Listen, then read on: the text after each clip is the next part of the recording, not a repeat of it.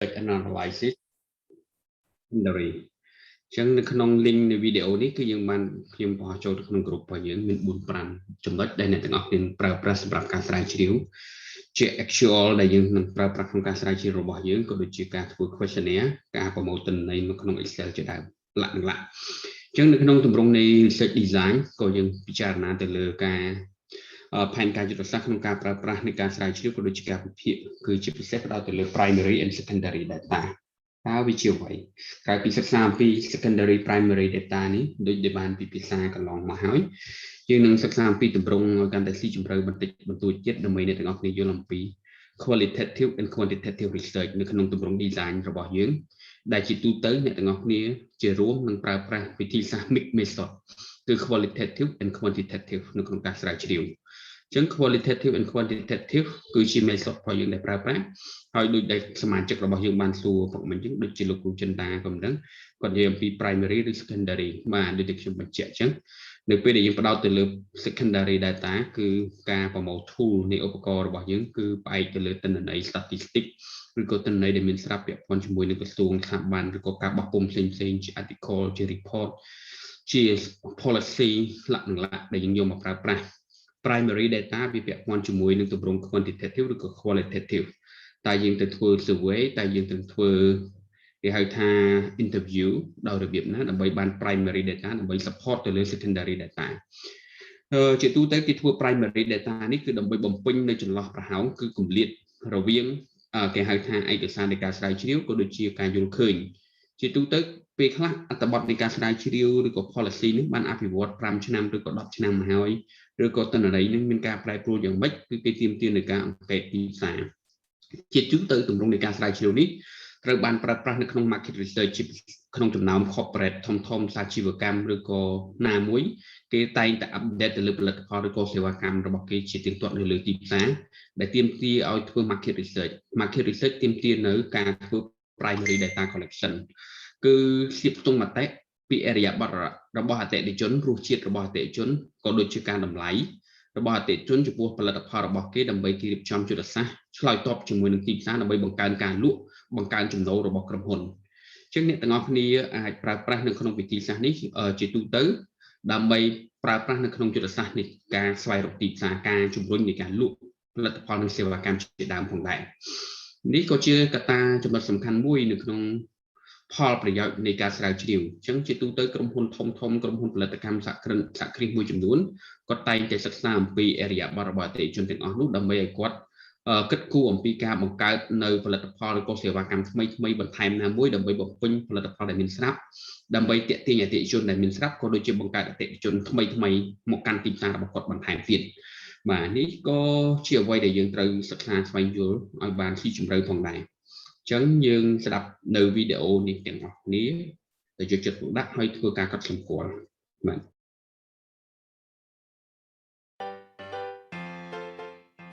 When organizations enter into strategic planning, they conduct different types of relevant research and analysis. As part of this process, marketers talk about collecting secondary and primary data. Let us list the learning goals for this video. Firstly, the goal is to establish a connection between primary and secondary research and the rest of the research analysis and strategic planning process. Secondly, the goal is to gain an understanding of what primary and secondary data is, the pros and cons of each, and how we can conduct these two types of research. So let us begin. When organizations enter into strategic planning, they conduct different types of research and analysis. They might conduct both secondary and primary research. They would consider using qualitative and/or quantitative research and different survey types. They would check the quality of their research data by critically applying the terms validity and reliability. The gathered data might be used in a process of conducting different analysis. Internal analysis, which could include a look at the company accounts, current business model, core competencies, and others. And external analysis such as PEST, Porter's 5 forces, competitor analysis, and others. And ultimately, they might summarize all their research in a SWOT analysis. This might be followed by a Towers model in order to identify several strategic options to choose between. This will enable them to make informed strategic decisions about which direction to take. Primary and secondary research is what we will address in this video. So what is primary and secondary research? And how could we go about collecting these two types of data? Let us use an example. This cafe is located in a large city, close to a busy high street. It is called the French Cafe, and it specializes in serving high-quality cakes and desserts. The French Cafe is experiencing increasing competition from both existing competitors and new cafes opening up all around the area. Motivated by his curiosity to find out more about the competitors, the owner of the French Cafe has decided to do some research. So what kind of information could the French Cafe collect? They could access business databases to find details about each competitor, such as their financial results.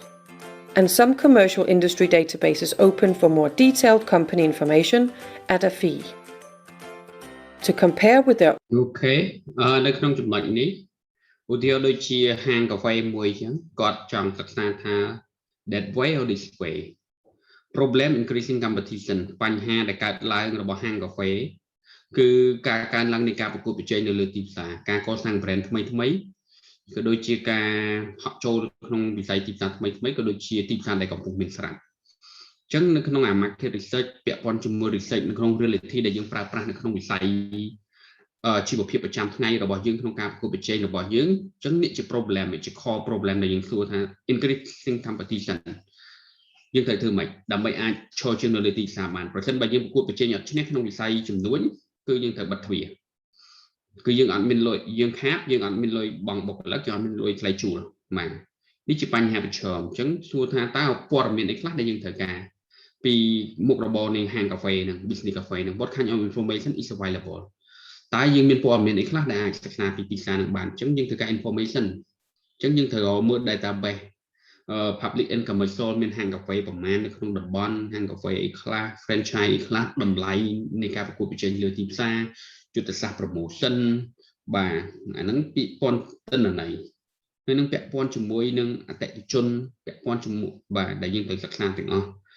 គឺ 4P ដែលយើងនឹងយកមកពិចារណានៅក្នុងការវិភាគគឺយើងមិនថាដឹងអា research method ហ្នឹងជារឿងសំខាន់មួយនឹងគឺជាមធ្យោបាយដើម្បីឲ្យយើងស្វែងរកទិន្នន័យហើយនឹងប្រភពព័ត៌មានប៉ុន្តែអាចចំណេះដឹងជារួមចំណេះដឹងទូទៅផ្សេងៗ organizational structure marketing mix អីហ្នឹងគឺជាចំណេះដឹងដែលយើងត្រូវចេះដើម្បីយកមក apply ជាមួយនឹងក្នុងទម្រង់បរិបទ research នេះដើម្បីប្រើឲ្យខ្លាយជាប្រយោជន៍សម្រាប់អាជីវកម្មរបស់យើងដើម្បីយើងបង្កើតគេហៅថា direction recommendation ដើម្បីធ្វើយកឈ្នះឬក៏ទប់ស្កាត់នៅហានិភ័យពីការប្រកួតប្រជែងរបស់យើងដែលកើតឡើងអញ្ចឹងវាជារឿងសំខាន់ណាស់ដើម្បីយើងដឹងអំពីវិធីសាស្ត្រនៃការស្រាវជ្រាវអញ្ចឹងយើងឃើញហើយនីតិវិធីគឺ problem នៅកន្លែងនេះអញ្ចឹងបានអ្នកនរគ្នាត្រូវកំណត់អា problem of research ហ្នឹងឲ្យច្បាស់លាស់បាទថាតើយើងចង់មើល aspect perspective ខាងណាដែលយើងចង់នេះបើសិនជាការប្រកួតប្រជែងយើងប្រកាសទៅយើងមើលទៅលើតម្លៃគឺ test ឬ price test and product ជារួមជាឧទាហរណ៍បាទអញ្ចឹងយើងអាចស្ដាប់បន្តទៀត their own internal situation, they could gather information from their own financial accounts. They could visit the competitors' websites, social media sites, and perform online searches to collect information about the different competitors' online presence and communication style. They could also access TripAdvisor or similar platforms to find out how customers review the competitors. We call this type of research secondary or desk research. So let us take a look at the characteristics of secondary data. Secondary data has not been created or published for the benefit of the French Café's competitor analysis. It has originally been created for a general purpose, aimed at a variety of people or businesses. Secondary data is already out there, just waiting to be found and explored. The benefits of secondary data is that it is usually relatively quick, easy and low cost to obtain. បាទចំណុចដែលគេធ្វើ secondary data ហ្នឹងគឺมันសម្រាប់ទៅលើ specific purpose ណាមួយទេគឺសម្រាប់មហាជនសម្រាប់ business sector សម្រាប់ policy maker សម្រាប់អ្នកសិក្សារៀនសូត្រសម្រាប់ឧស្សាហកម្មសម្រាប់ប្រជាពលរដ្ឋទូទៅដើម្បីឲ្យដឹងអំពីការវិវត្តនៅ segment នៅលើទីផ្សារទាំងអស់នោះដែលយើងឃើញ article ការបោះផ្សាយទៅលើ journal ទៅលើទស្សនាវដ្តីទៅលើ report របាយការណ៍នានាទស្សនាវដ្តី business ទស្សនាវដ្តីផ្សេងៗទាំងអស់ហ្នឹងឬក៏ព័ត៌មានទៅលើ business news ឬក៏ Bloomberg ឬក៏អីហ្នឹងគឺជាព័ត៌មានដែលវាមាននៅលើទីផ្សារទៅហើយដែលទាមទារឲ្យយើងធ្វើការស្រាវជ្រាវហើយនឹងការតាមដាននិងវិយតម្លៃយកវាមកប្រើប្រាស់បាទដើម្បីប្រើប្រាស់តាមតថភាពជាក់ស្ដែងហើយដោយសារតែ secondary data គឺ desk review ហ្នឹងគឺវាមានភាពរហ័សគឺយើងប្រមូល data ដែលមានស្រាប់ហើយយកមកចងក្រងហើយមកវិភាគ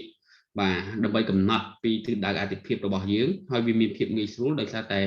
យើងអត់កំណត់ methodology ឬក៏កំណត់អីឲ្យស៊ីជម្រៅទៅប្រមូលព័ត៌មានខ្លួនឯងទេហើយវាមានតម្លៃថោកតម្លៃទាបតែ researcher ម្នាក់ដែលមានជំនាញមកអង្គុយប្រមូលទិន្នន័យអង្គុយវិភាគទៅក៏បានដែរ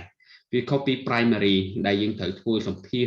យើងត្រូវចំណាយពេលវេលារាប់ខែរាប់ឆ្នាំដើម្បីប្រមូលទិន្នន័យបានទិន្នន័យហើយយើងយកមកបង្កើតយកមកវិភាគមកព្យាករណ៍មកកំណត់បាទអញ្ចឹងនៅក្នុងទម្រង់នៅក្នុង business ឬក៏ទម្រង់ជាការប្រើប្រាស់ជារួមទូទៅគឺតាមឯកសារយោងនានាដែលគេមានស្រាប់គឺគេធ្វើ secondary ឬក៏ desk review ហ្នឹងដើម្បីធ្វើការកំណត់អត្តសញ្ញាណការឆ្លើយតបដល់ឆាប់រហ័សនៅលើទីផ្សារដែលប្រែប្រួលនេះគឺជាការសិក្សាមួយអំពី secondary data ដែលយើងត្រូវប្រើប្រាស់ However, the disadvantage of secondary data is that the information is not targeted directly at French Cake's specific information needs. Now let us imagine that French Cakes would like to obtain some information which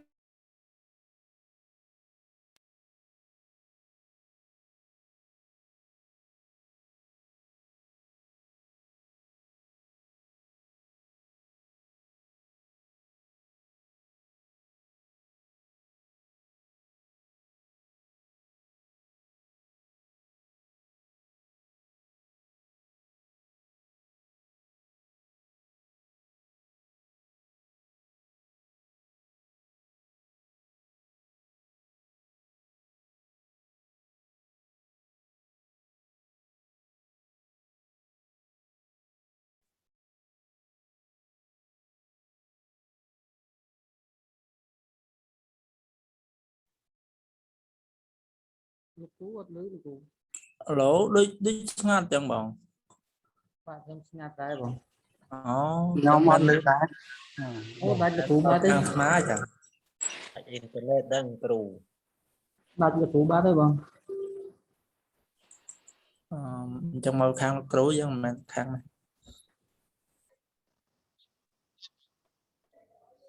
បាទតន់បានទាំងអស់គ្នាណាបាទពាក់ព័ន្ធជាមួយអ្វីទៅជា primary អ្វីជា secondary អញ្ចឹងយើងបន្តវីដេអូរបស់យើងបន្តទៀតហើយអ្នកទាំងអស់គ្នាអាចប្រើប្រាស់សម្រាប់ជាផលប្រយោជន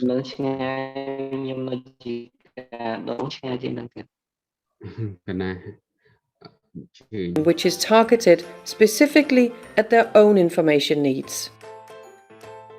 They could design a suitable questionnaire and interview customers. They could invite customers for a focus group interview. They could set up specific goals in their Google Analytics to track on their website how users interact with their online booking feature, and they could track social media interactions. They could also carry out other observations of customers' behavior, both on their website and in their cafe. This type of research is called primary or field research.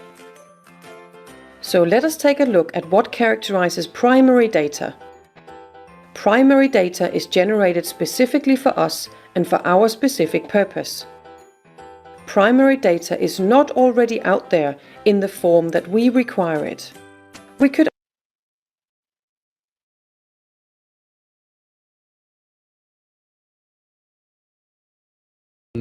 internet ពងដើរពងវិលឡើយចាំ ទិញតិចទៅ internet ពេញដែរប៉ុន្តែមិនក៏វានៅវិលអញ្ចឹង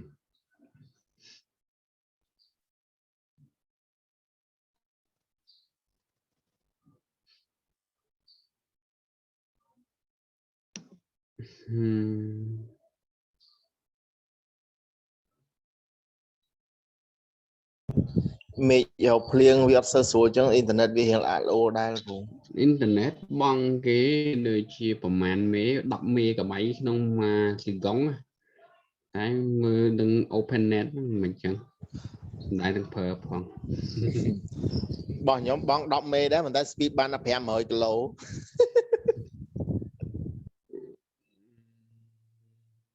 ទូរស័ព្ទដៃរដងខ្ញុំប្រើអាធំហ្មងទៅវាបាននេះវាស៊ី data អញ្ចឹងវាបានច្រើនដែរអញ្ចឹងវារ៉ាន់លឿនវាបូមឥឡូវបូមដាច់លុយបាត់ហើយឥឡូវប្រើអ៊ីនធឺណិតផ្ទះ10មេកាបៃរត់យឺតមែនតែម្ដង Comprises primary data. Primary data is generated specifically for us and for our specific purpose. Primary data is not already out there in the form that we require it. We could បាទអូខេឥឡូវយើងប៉ុណ្ណឹងយើងមើលវីដេអូរបស់យើងបន្តទៀតចុះបាទអញ្ចឹងនៅលើចំណុចនេះគ្រាន់តែចង់បញ្ជាក់អំពីវិធីសាស្ត្រពីរ រវាងបែងចែកដាច់ពីគ្នាដូចក្នុងឧទាហរណ៍នេះដើម្បីអ្នកទាំងអស់គ្នាបានយល់ពេលខ្លះស្ដាប់អត់បាននេះប៉ុន្តែមានរូបភាពមានអីជាខេសអញ្ចឹងនៅវីដេអូដែលគេផលិតស្រាប់គឺវាជារឿងល្អមួយដែលយើងឲ្យដឹងថា primary data គឺសំដៅទៅលើព័ត៌មានមួយដែល specific ដែលឆ្លើយតបជាមួយអ្វីដែលយើង design ជាអ្នកស្រាវជ្រាវចង់បានអញ្ចឹងដូចជាយើងទៅធ្វើសម្ភាសជាមួយនឹងសិស្សថ្នាក់ទី9ទី10ទី11ទី12ឬក៏អ្នកដែលកំពុងតែរៀន TVET ហ្នឹងគឺវាព័ត៌មានហ្នឹងអត់ទាន់បានបង្ហាញក៏នៅឡើយទេគឺយើង specific design research របស់យើងដើម្បីទៅដឹងអំពីព័ត៌មានទាំងអស់ហ្នឹងគឺវាដើម្បីយកមកបង្ហាញដើម្បីមកបញ្ជាក់ជាមួយនឹងទិន្នន័យ primary data report របស់រដ្ឋាភិបាលឬក៏ report របស់ស្ថាប័នចាំគេថា TVET មានការរីកចម្រើនមានសារៈសំខាន់ចេះចាប់ពេលដែលសួរទៅកូនសិស្សអត់មានចាប់អារម្មណ៍ TVET តតែសោះឬក៏អត់ស្គាល់អ្វីជា TVET ផងតែ TVET ការគ្រប់គ្រងហ្នឹងគឺមានប្រសិទ្ធភាពឬក៏ស្អីគេការផ្សព្វផ្សាយបានទូលំទូលាយដែរឬទេព្រោះយើងសម្ភាសទៅឧទាហរណ៍50នាក់ស្គាល់តែ5នាក់នៅក្នុងចំណោមកូនសិស្សដែលរៀនទី9ទី10ទី11ទី12ហ្នឹងបានន័យថាវាបានតែ 5% បានន័យថា promotion strategy ឬក៏ TVET institution ហ្នឹងគឺមិនត្រូវបានមហាជនស្គាល់ឬក៏កូនសិស្សដែលផ្ទាល់ដែលជា target ទីផ្សាររបស់ខ្លួនស្គាល់អញ្ចឹងត្រូវតែពង្រឹងនៅវិធានការទីផ្សារឲ្យប្រសើរឡើងដើម្បីធ្វើឲ្យ TVET នឹងដំណើរការបាទប្រសិនបើយើងរកឃើញដូច្នោះនៅក្នុងការ research design របស់យើងនេះអញ្ចឹងអ្វីដែលយើងបានស្វែងយល់នៅលើចំណុចនេះគឺ secondary and primary data តើគេត្រូវបានប្រើប្រាស់យ៉ាងដូចម្ដេចតើវាមានសារៈសំខាន់បែបណាបាទអញ្ចឹងយើងអាចប្រើជាទូទៅដូចអំបញ្ញមិញអញ្ចឹងគឺយើងបង្កើត focus group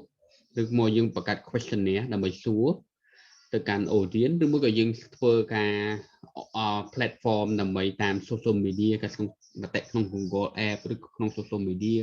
ឬក៏ rating agency ណាមួយបាទជាទូទៅវិស័យសន្តាគារវិស័យអីគេមាន ranking របស់គេបាទអញ្ចឹងទៅបាទអញ្ចឹងយើងបន្តមកដល់វីដេអូមួយទៀតចាំមើលវាដើរឬមិនដើរវីដេអូផ្សេងដូចជាដើរ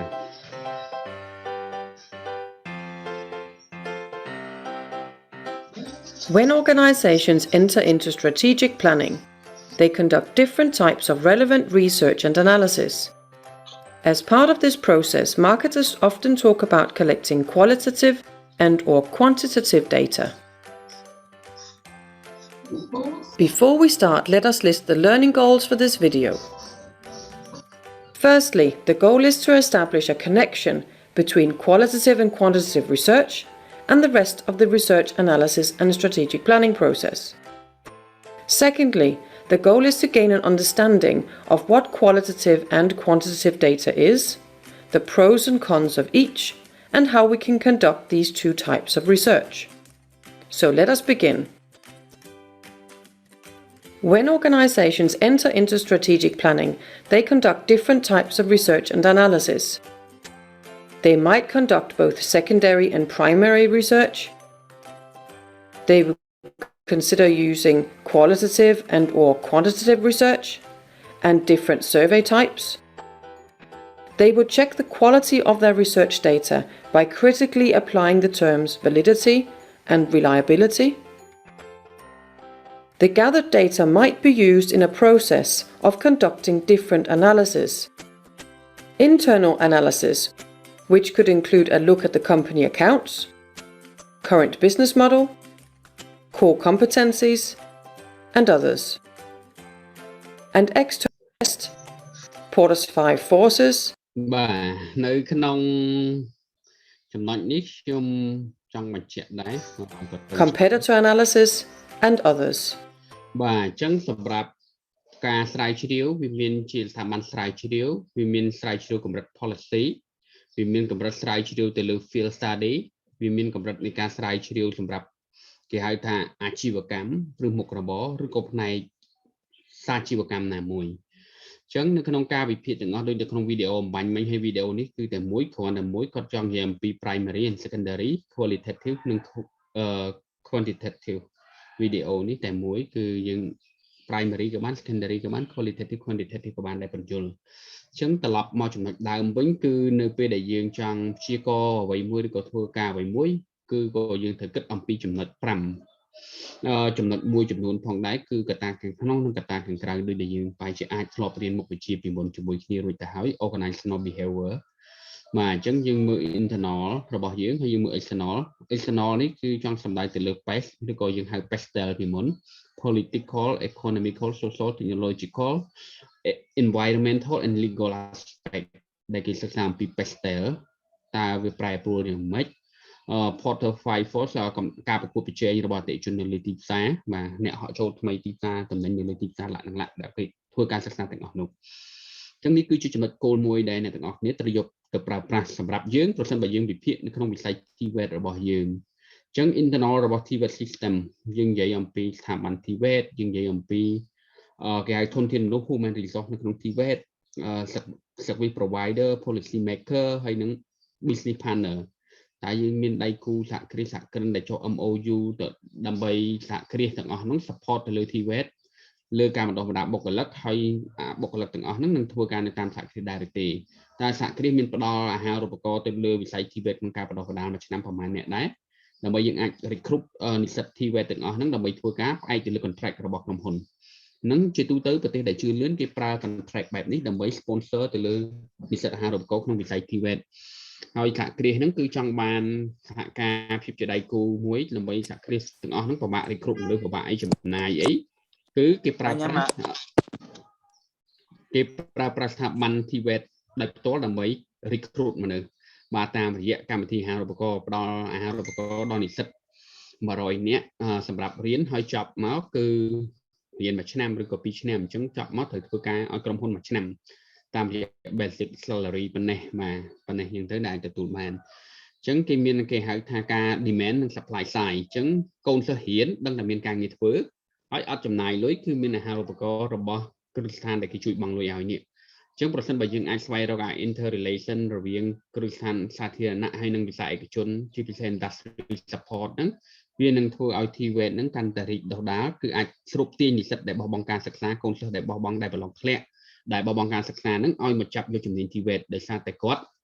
មិនដឹងថារកការងារអីពិបាកឬក៏ធ្វើពលករធ្វើអីគ្រាន់តែគាត់មករៀនហើយគាត់បាន security ការងារទៀតនេះគឺជាចំណុចសំខាន់មួយដែលជាបរិបទបទពិសោធន៍ដែលអាចយកមកប្រើប្រាស់នៅក្នុងវិស័យ TVET របស់យើងផងដែរពាក់ព័ន្ធ policy maker ថាស្ថាប័នរដ្ឋហ្នឹងមានថវិកាគ្រប់គ្រាន់ដែរទេក្នុងការទិញសម្ភារៈឧបករណ៍ឧបទេសក៏ដូចជា recruitment human resource របស់តាមផ្នែកស្ថាប័ននីមួយៗដើម្បីបង្កើត policy ដែលស្តង់ដារដែលឆ្លើយតបក្នុងការចរចាអីទាំងអស់នោះអញ្ចឹងអ្វីៗទាំងអស់វាត្រូវការពង្រឹងខាងក្នុងនេះ external factor គឺវាមានកត្តានៃការប្រកួតប្រជែងសផលរដ្ឋការលក្ខដែលនៅមានលើទីផ្សារអញ្ចឹងនេះជាចំណុចសំខាន់មួយដែលយើងពិចារណា And ultimately, they might summarize all their research in a SWOT analysis. This might be followed by a Taos model in order to identify បាទអញ្ចឹងចំណុចថោនិង SWOT នេះគឺជាទូទៅត្រូវបានប្រើប្រាស់នៅក្នុងយុទ្ធសាស្ត្រការរៀបចំផែនការយុទ្ធសាស្ត្រដើម្បីពង្រឹងសមត្ថភាពការប្រកួតប្រជែងនៃទំនិញនៅលើទីផ្សារពេលដែលយើងសិក្សាពី marketing មិញអញ្ចឹងគឺបញ្ហារបស់ហាងកាហ្វេអំបញ្ញមិញតិចទៀតនឹងមានវីដេអូ view ឡើងវិញគឺហាងកាហ្វេគាត់សិក្សាអំពីគេហៅ primary និង secondary data គាត់ប្រមូល data ទិន្នន័យព័ត៌មានផ្សេងដែលមានស្រាប់នៅលើទីផ្សារ existing market តម្លៃដែលមានស្រាប់របស់ដៃគូប្រកួតប្រជែង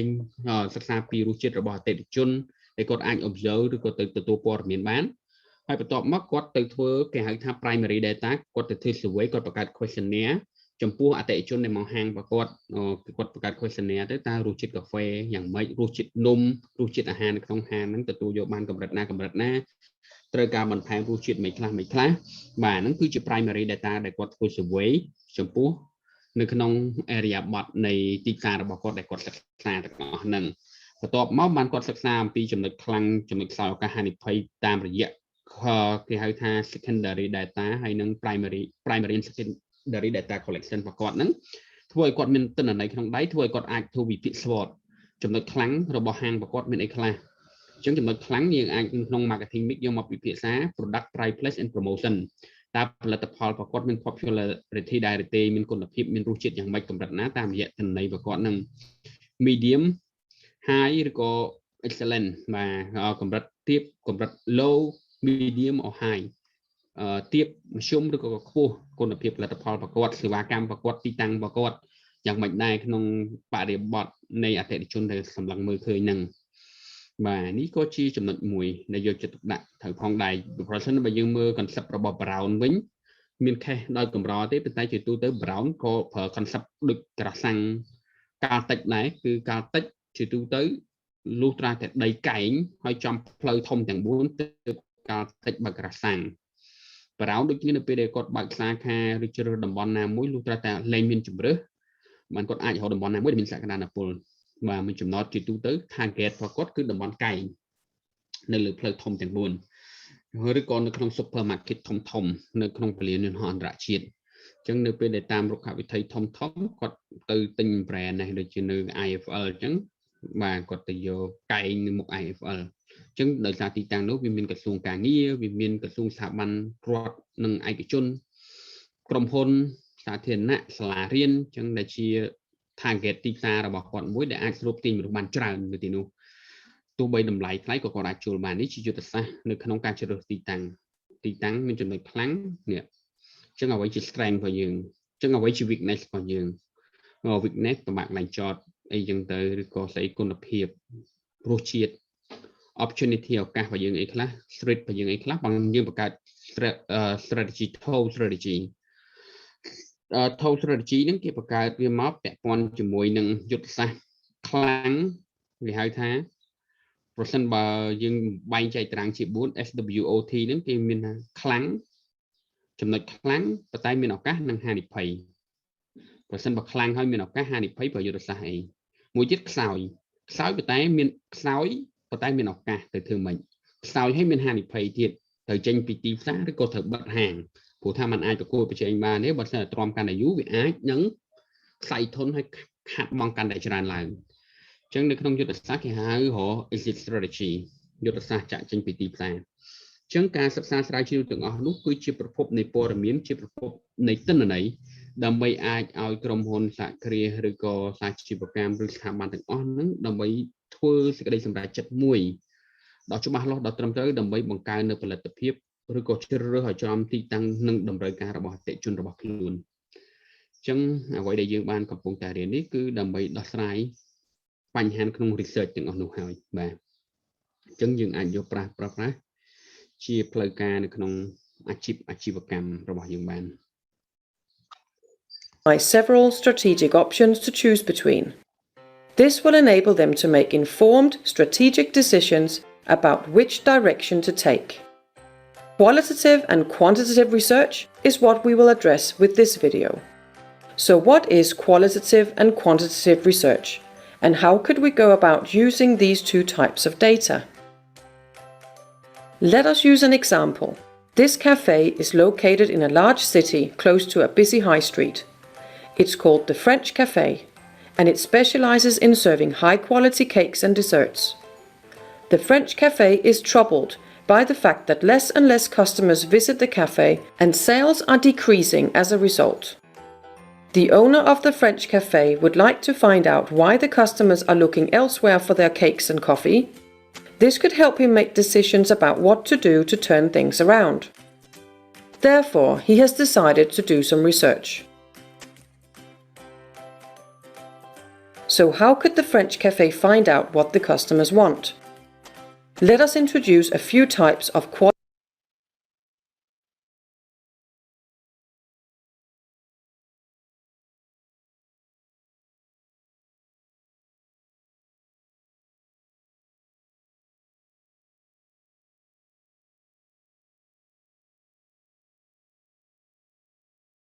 Trong đến đưa tiết hay chẳng slow mechanical បាទដូចជាចំណុចទាំងអស់នេះគឺដូចជាយើងត្រូវដឹងថាហាងកាហ្វេហ្នឹងគាត់ចង់ដឹងថាតើអរិយាប័ត្ររបស់អតិថិជនមានការប្រែប្រួលយ៉ាងម៉េចខ្លះចំពោះហាងប្រកបហាងកាហ្វេ specialize ខាង cake បាទអញ្ចឹងសម្រាប់ស្រាប់តែហាងប្រកបហ្នឹងមានបញ្ហាប្រឈមកើតឡើងគឺបរិមាណនៃការលក់ចាប់ផ្ដើមធ្លាក់ចុះអញ្ចឹងយើងអត់ដឹងថាការធ្លាក់ចុះរបស់យើងដោយសារតែមូលហេតុអីដោយសារតែការប្រកួតប្រជែងថ្មីដោយសារតែរសជាតិរបស់យើងឬក៏ដោយសារតម្លៃនៃផលិតផលរបស់យើងអញ្ចឹងដើម្បីដឹងអំពីបញ្ហានៃការលក់ធ្លាក់ចុះនោះអញ្ចឹងក៏ដូចជាការស្វែងរកឲ្យឃើញថា how could the friend cafe find out what the customer want តើ friend cafe ហ្នឹងអាចរកឲ្យឃើញពីមូលហេតុដោយរបៀបណាថាតើអតិថិជនត្រូវការអីបានជាគាត់ជ្រើសរើសជំរើសផ្សេងឬមួយក៏គាត់មានបញ្ហាថ្នាក់ៗអីជាមួយនឹងហាងកាហ្វេរបស់យើងបានជាការលក់របស់យើងលក់អត់ទៅដាច់មកការលក់ធ្លាក់ចុះនេះជាចំណុចមួយដែលត្រូវធ្វើ research មិនយើងអង្គុយចាំឲ្យបួងសួងយើងត្រូវរកមើលមូលហេតុបាទអត់មានអុជធុកអីភីវអតិថិជនកើតឡើងអានឹងជាផ្នែកមួយអបិយជំនឿប៉ុន្តែយើងត្រូវសួរថាតើ quality control គុណភាពរបស់យើងវាមិនសេវាកម្មរបស់យើងវាយ៉ាងម៉េចបាទបើសិនសេវាកម្មជឿនយឺតហើយគុណភាពរបស់យើងវាធ្លាក់ចុះប្រកាសជាបរិមាណនៃការលក់របស់យើងវាធ្លាក់ចុះហើយអញ្ចឹងយើងអត់ទៅអីជួយបានទេក្រៅតែអំពីពង្រឹងនៅគុណភាពឬក៏ពង្រឹងនៅសេវាកម្មរបស់យើងដែលកំពុងមានអញ្ចឹងតើដឹងវាដោយរបៀបណាគឺត្រូវការធ្វើ research បាទ qualitative research. They could invite a group of customers in for a focus group interview, a discussion with the customers about their experiences, thoughts and feelings about the French Cafe. This could provide them with important clues of what the customers like and what they don't like. They could also choose to perform in-depth interviews on a one-on-one basis rather than in groups. They could also observe how customers behave when visiting the cafe. Interpreting facial expressions, actions, and body language in general might also uncover elements of satisfaction or dissatisfaction. We call these types of research qualitative research. Now let us list the characteristics of qualitative data. Qualitative data is based on asking open-ended questions, such as what, how, when, and so on, so that the respondents can express themselves using their own words. Qualitative data cannot be quantified or counted. No two answers or observations are exactly the same, which is why they can't be counted. Qualitative research can be used to uncover people's motivations, feelings, attitudes, preferences, and behaviors exactly as they choose to express them. The benefits of qualitative data are that it can uncover detailed, in-depth information from each respondent, and that it is often relatively low cost to carry out. However, the disadvantages are that only a few respondents are used and that they are unlikely to be representative of the entire target group. Results can be difficult to interpret, making the results subjective. Now let us introduce a few types of quantitative research. The French Cafe could design a questionnaire with a set of predefined answers for the respondents to choose between. They could, for example, ask the respondents to indicate to what extent they are satisfied or dissatisfied with the service they receive in the cafe. They could also carry out an experiment where they test customers' reaction to the launch of a new cake and measure how many new cakes are sold. And they could carry out a structured observation, for example, counting how many customers stop to look at the menu outside the cafe and how many of those choose to enter the cafe or to walk away. Similarly, they could use Google Analytics to observe online behavior, for example by measuring interaction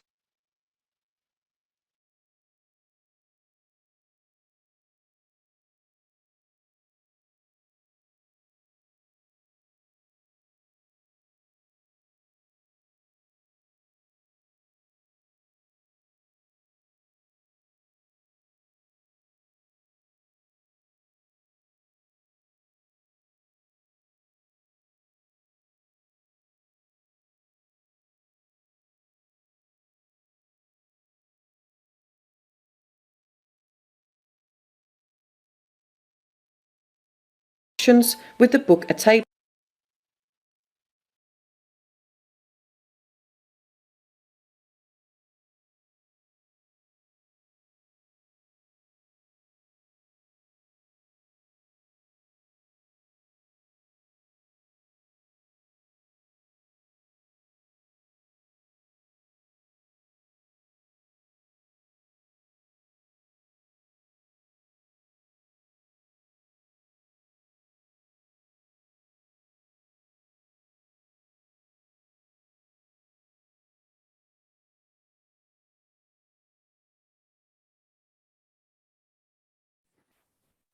Nghiệp là cũ khăn cho mặt lưới cùng. Very sorry និយាយមួយថ្ងៃអត់លើបាទហើយអ្នកស្ដាប់អត់ប្រាប់ទៀតខ្ញុំប្រាប់ចំណុចសំខាន់នៅលើចំណុចនេះគឺចង់បញ្ជាក់ថាពេលដែលយើងចង់ធ្វើ quantitative research នេះគឺយើងអាចបង្កើត questionnaire គឺជា set of answer option ក្នុងការជ្រើសរើសដើម្បីចន្លោះថាពេញចិត្តឬមិនពេញចិត្តរសជាតិមួយណាបាទប្រៃសាប់ផ្អែមប្រភេទនៃតំណែងដើម្បីជ្រើសរើសក្នុងចំណោមតំណែងកាហ្វេទាំងអស់ប្រហែល5មុខ10មុខតែអ្នកចូលចិត្តផលិតផលមួយណាជាងគេក្នុងចំណោមហ្នឹងបាទអញ្ចឹងយើងអាចដឹងអំពីផលិតផលក្នុង favorite នេះក្នុង questionnaire ដែលយើងសម្ភាសជាមួយនឹងអតិថិជនរបស់យើងបាទយើងដឹងពីរសជាតិជាដើមមួយវិញទៀតនៅក្នុង quantitative research ហ្នឹងក៏គេប្រើដើម្បីស្វែងយល់ធ្វើការពិសោធន៍ទៅលើផលិតផលថ្មីណាមួយដឹងថាតើផលិតផលដែលនឹងដាក់ចូលទៅក្នុងទីផ្សារតើវាមាន popularity ដែរទេអញ្ចឹងគេបង្កើត product sample product មួយចំនួនមកហើយគេមានមីនុយឬក៏រសជាតិថ្មីឬក៏នំថ្មីអីចឹងឧទាហរណ៍ដាក់នៅលើទីផ្សារអញ្ចឹងគេចង់ដឹងថាតើនឹងមាននំថ្មីដែលផលិតហ្នឹងឲ្យលក់ចេញអស់ប្រមាណអញ្ចឹងតើវាមានតម្រូវការខ្ពស់ដែរឬទេក្នុងចំណាំអតិថិជន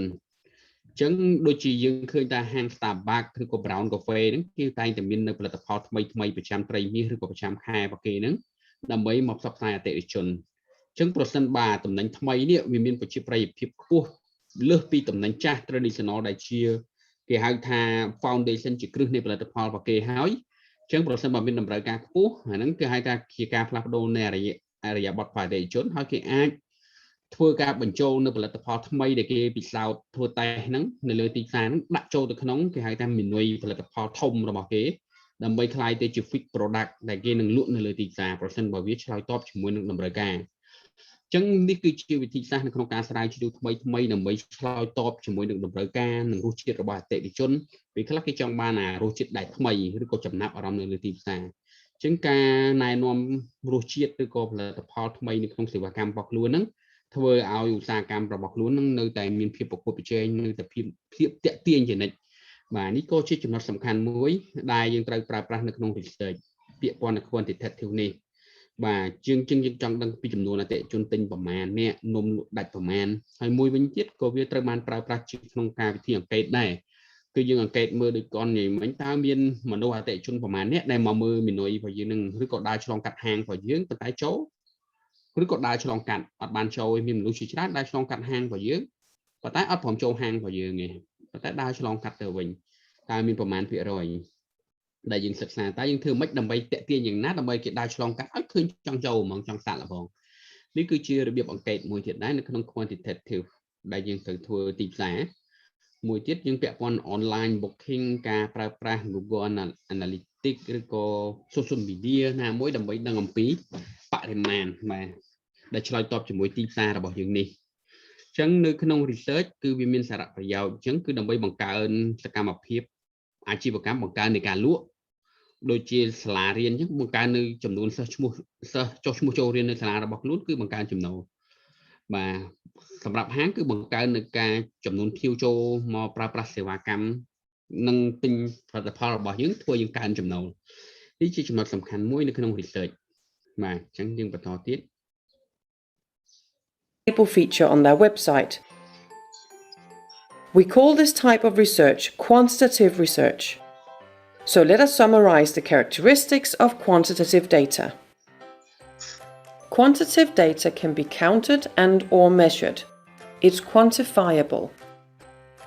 It is based on asking closed-ended questions, for example by providing predefined answer options in a questionnaire. The benefits of quantitative data are that it can be representative of the target group, since a larger number of respondents can be covered, and that it is objective.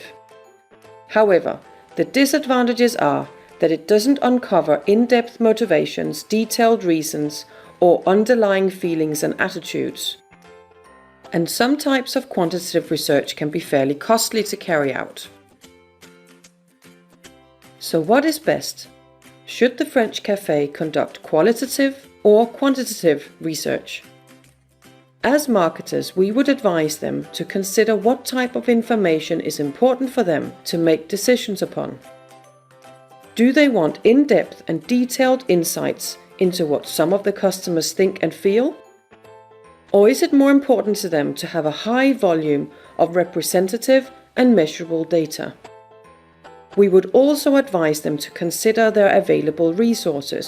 both in time, money, and the skills required. No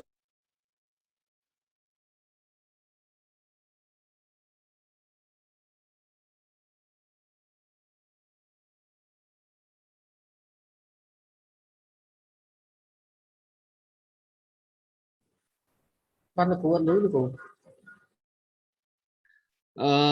តើអ្វីទៅជាជំរើសដ៏ប្រសើរបំផុតសម្រាប់ក្រុមហ៊ុនកាហ្វេហាងកាហ្វេនេះក្នុងការធ្វើការស្រាវជ្រាវពីទីផ្សាររបស់គាត់តើគាត់ជ្រើសរើស quantitative ឬក៏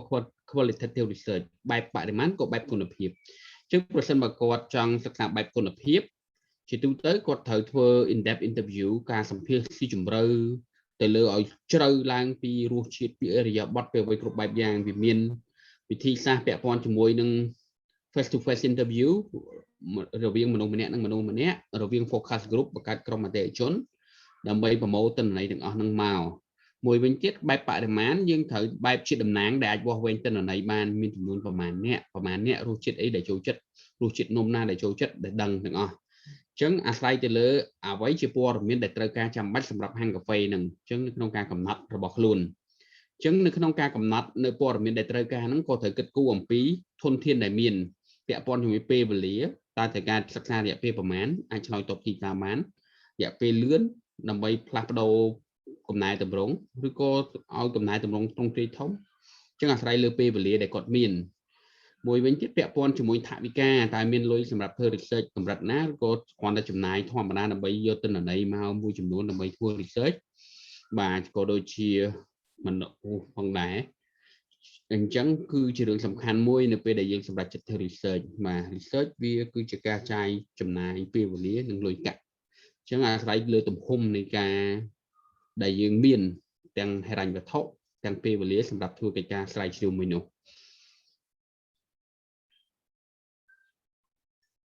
No two cases are the same, but if time, money, and skills allow, a combination of qualitative and quantitative research is often a good solution. We have now established a connection with the rest of the research analysis and strategic planning process.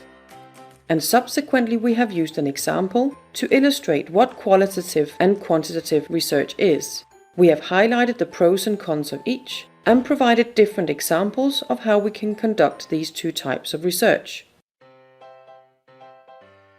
If you want to learn more, about research, analysis, and strategic planning, or about other marketing related subjects, then I suggest that you watch additional videos on my channel. To further support and substantiate your learning, I recommend that you read Market Research and Statistics by Forbes and others,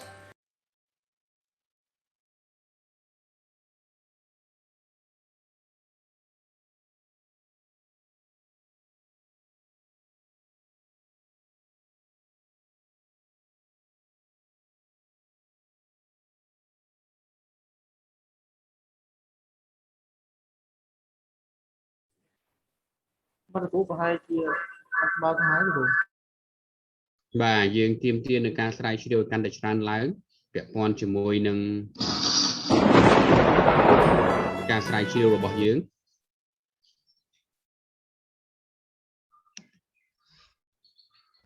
បាទអញ្ចឹងនៅក្នុង research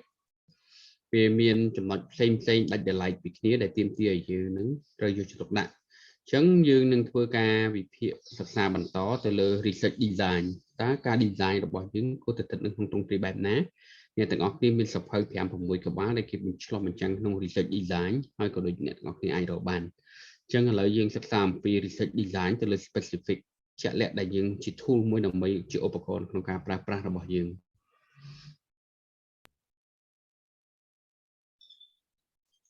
សូមសៀម្ដងទៀត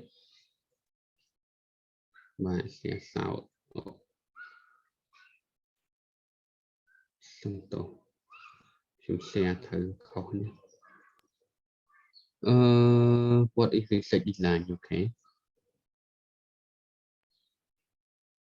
បាទអ្នកទាំងអស់គ្នាឃើញណាបាទមើលឃើញ screen video ឯងចាលោកគ្រូបាទអូខេអញ្ចឹងយើងនឹងសិក្សាអំពី research design មួយចំនួនហើយក៏ដូចសិក្សាអំពី sampling method មួយចំនួនដែលអ្នកទាំងអស់គ្នាបានជជែកពិភាក្សាគ្នាអំបញ្ញកន្លងមកដែរថាចង់យកសិស្ស60-70នាក់ក៏ប៉ុណ្ណឹងអត់អញ្ចឹងគ្រាន់តែវាជាតំណាងទេ representative ជាទូទៅនៅក្នុងការអង្កេតមួយទីផ្សារដែលមានប្រសិទ្ធភាពក្នុងបរិមាណធំនៅក្នុងស្តង់ដារ sample របស់គេគឺទៅតាមបរិបទពេលខ្លះគេយក 1000 អ្នកអញ្ចឹងទៅពេលខ្លះគេប្រើ 2000 អ្នកអញ្ចឹងទៅបាទអានឹង sample ធំដែលត្រូវចំណាយលុយច្រើនពេលវេលាច្រើនអានឹងសម្រាប់តែការស្រាវជ្រាវធំទេបាទអញ្ចឹងយើងអាចប្រើទម្រង់ណាមួយ proportion របស់យើងដែលអាចធ្វើទៅបានអញ្ចឹងនៅក្នុង research design នេះគឺយើងនឹងសិក្សាអំពីទម្រង់នៃ research design ប្រភេទរបស់វាហើយនឹងគោលវិធីសាស្ត្រក្នុងការ design ផងដែរដោយដែលអ្នកទាំងអស់គ្នាបានសិក្សារួចមកហើយអំពីភាពខុសគ្នារវាង research methodology និង research method អញ្ចឹង research methodology គឺជាដំណើរការដែលឆ្លុះបញ្ចាំងទាំងមូលអំពី research របស់យើងតើ research របស់យើងមានទម្រង់ជាប្រភេទ research បែបណាជា basic research ជា applied research ជា explanatory research ជា experimental research exploratory research លក្ខណៈដែលយើងបានសិក្សាកន្លងមកបាទអញ្ចឹងឥឡូវយើងបន្តទៀត Hi, I'm Aisha. You are watching Educational Hub. A research design is a methodical, well-organized procedure utilized by a researcher or a scientist to carry out a scientific. So today discuss about research design, its types and methods.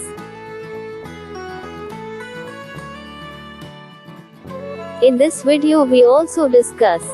what is the purpose of research design, types of research design, what is the difference between fixed design and flexible design, how do you create a research design, what is the difference between research design and approach, what makes a good research design, what is the research method, and characteristics of research design. Let's start.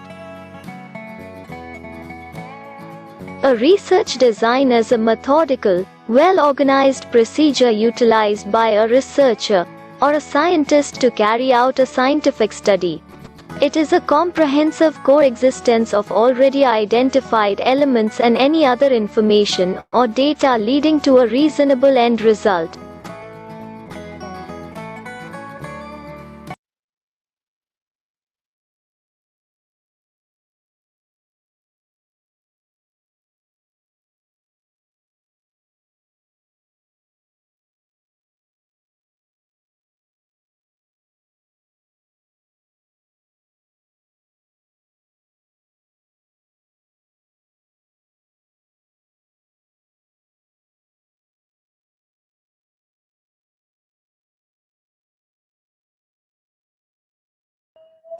ជាស្រ័យលោកគ្រូអត់លឺផងលោកគ្រូ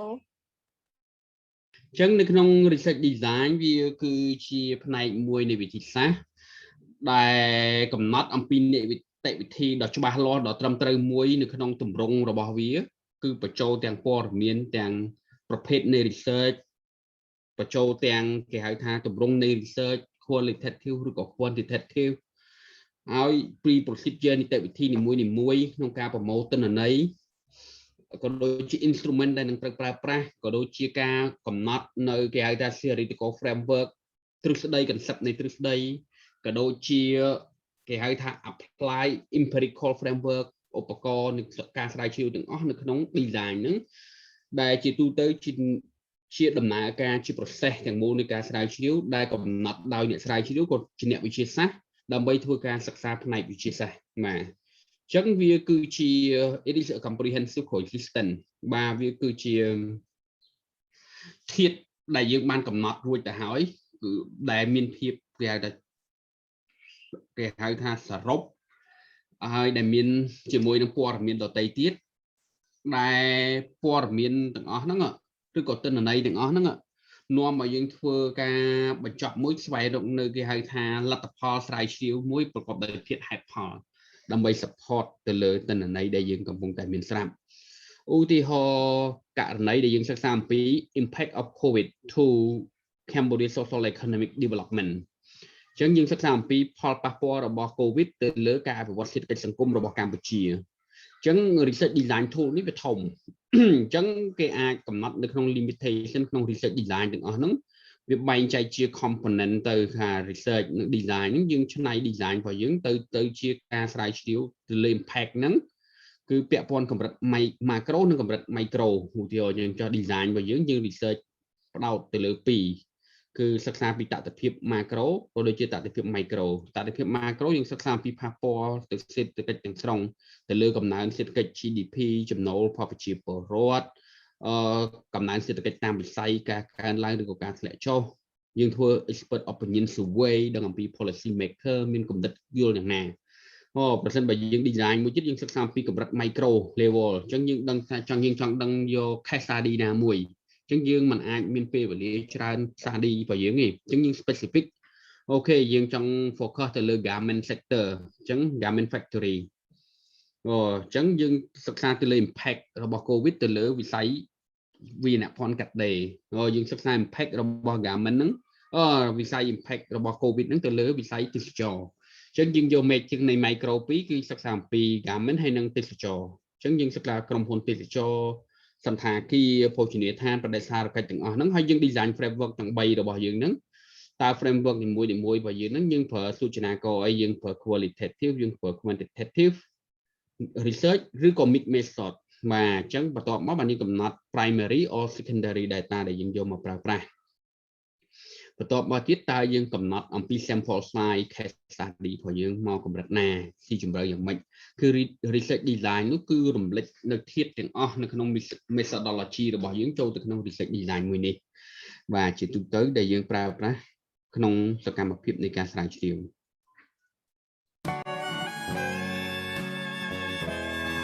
What is the purpose of research design?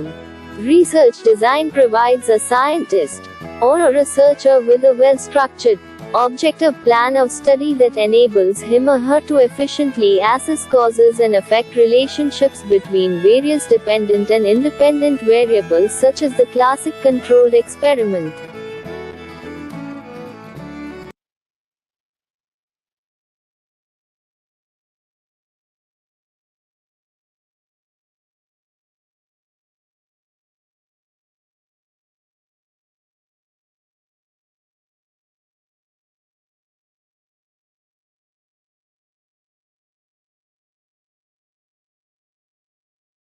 ដោយដែលខ្ញុំបានលើកឡើងអញ្ចឹងគឺពាក់ព័ន្ធជាមួយ purpose research design វាមានចំណុចដទៃទៀតប្រសិនបើយើងសិក្សាក្នុងសៀវភៅឯកសារនានាតែនៅក្នុងវីដេអូមួយនេះ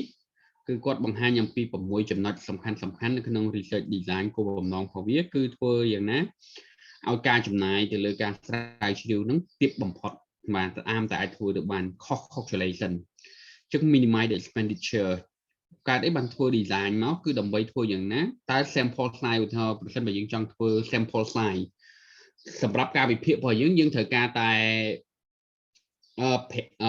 500នាក់ឯង500 family 500គ្រួសារឬក៏500 sample slide គឺគ្រប់គ្រាន់សម្រាប់វិភាគទិន្នន័យឯងប្រសិនបើយើងមាន standard research យើងមានការគណនា sample slide ត្រឹមត្រូវស្រាប់ពេលខ្លះយើងអត់ដឹងទេថាយើងត្រូវការតែ500គ្រប់គ្រាន់ដើម្បីវិភាគយើងទៅសម្ភាសដល់2000ឬក៏1000អញ្ចឹងចំណាយរបស់យើងប្រសិនបើយក1000នាក់យើងការចំណាយរបស់យើងទ្វេដងបើយក2000នាក់ចំណាយរបស់យើងគុណឡើង4ដងអញ្ចឹងធ្វើឲ្យ research របស់យើងមានតម្លៃខ្ពស់អញ្ចឹងបានជាទាមទារនៃការ research design ហ្នឹងដឹងថាតើចំនួនបរិមាណណាដែលគ្រប់គ្រាន់សម្រាប់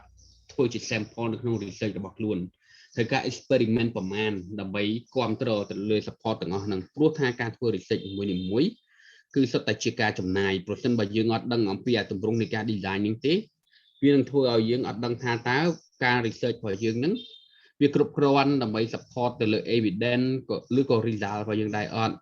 ពេលខ្លះវាអត់គ្រប់វាคล้ายទៅជាការស្រាវជ្រាវមួយដែលមិនគ្រប់លក្ខណៈអញ្ចឹងវាអត់គ្រប់ជ្រុងជ្រោយអញ្ចឹងបានជាគេប្រើវិធីសាស្ត្រនេះដើម្បីអាចគ្រប់គ្រងអំពីប្រសិទ្ធភាពនៃការចំណាយបាទអញ្ចឹង sample size តែ500គ្រប់ហើយមិនចាំបាច់1000ឬក៏2000នាក់ទេអញ្ចឹងគឺជាអ្វីមួយដែលយើងត្រូវតែដឹងទៅលើចំណុចនៃ research បាទមួយវាទៀតគឺto facilitate the smooth scaling នេះបាទហ្នឹងហើយជួយសម្រួលទៅដល់ការកម្រិតហ្នឹងប្រកបដោយភាពរលូនគឺយើងត្រូវធ្វើយ៉ាងម៉េចយើងយក sample ពីខេត្តណាខេត្តណាឧទាហរណ៍យើងត្រូវការប្រមាណឧទាហរណ៍ប្រទេសកម្ពុជាយើងមាន25ខេត្តក្រុង25ខេត្តក្រុងយើងភូមិសាស្ត្ររបស់យើងចែកចេញជា4តំបន់អញ្ចឹងនៅក្នុង scale នៅក្នុង research ហ្នឹងគេអាចយកគេហៅថា mix តាមតំបន់នីមួយៗអញ្ចឹងយកមកសម្ភាសអញ្ចឹងទៅមកវិភាគអញ្ចឹងទៅបាទថាតំបន់ឆ្នេរតំបន់ខ្ពង់រាបតំបន់ភ្នំបាទតំបន់វាលទំនាបអីចឹងគឺវាបែងចែកជាតំបន់អញ្ចឹងគឺ sample size តាមដងស៊ីតេនៃប្រជាពលរដ្ឋតាមជីវភាពអីចឹងអាស្រ័យទៅលើ research ដែលមានស្រាប់ដែលយើងសិក្សាយក sample មកឬក៏យើងត្រូវការវិភាគ design ខ្លួនយើងថ្មីបាទ to collect the relevant data and technique នេះគឺដើម្បីប្រមូលទិន្នន័យឬក៏បច្ចេកទេសដែលពាក់ព័ន្ធទាំងអស់ដែលប្រើប្រាស់មកហ្នឹងគឺដើម្បីឲ្យយើងយកមក design ការស្រាវជ្រាវរបស់យើងនេះមួយវិញទៀតវាផ្ដល់នៅគេហៅថាគឺជាផែនការគេហៅថាជា blueprint គឺជាជំហានមួយនៅក្នុងការបង្កើតផែនការក្នុងការស្រាវជ្រាវរបស់យើងគឺជាទិសដៅជាត្រីវិស័យដើម្បីឲ្យយើងធ្វើការសិក្សាស្រាវជ្រាវមួយប្រកបដោយគោលដៅច្បាស់លាស់តាម plan នីមួយៗអញ្ចឹងវាក៏ការផ្ដល់នៅការមើលឃើញចំពោះអ្នក expert ដទៃទៀតផងដែរអញ្ចឹងយើងអាចយកទស្សនៈទានគំនិតផ្សេងៗយកមកប្រើប្រាស់សម្រាប់យើងហើយក៏ដូចជាផ្ដល់នៅការតម្រង់ទិសនៃការ research របស់យើងឲ្យសម្រេចបានលទ្ធផលអញ្ចឹង research design នេះគឺសំខាន់មែនទែនបាទ There are 4 major types of research designs. It includes 1. Descriptive research 2. Explanatory research 3. Exploratory research 4. Evaluations research. Descriptive research. As the name implies, this is an in-depth sort of research design that answers what and how. Descriptive research aims to accurately and systematically describe a population, situation or phenomenon. A descriptive research design can use a wide variety of research methods to investigate one or more variables. It can answer what, where, when and how questions, but not why questions. Explanatory research. This sort of research design explains the subject of the research and thereby answers what, why, and how.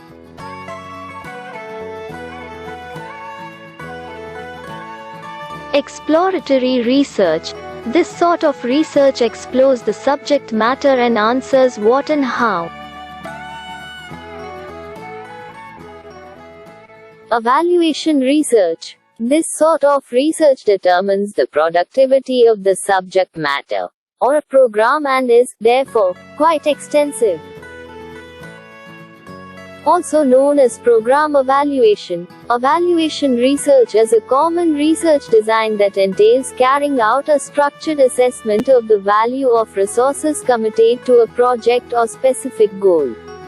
It often adopts social research methods to gather and analyze useful information about organizational processes and products.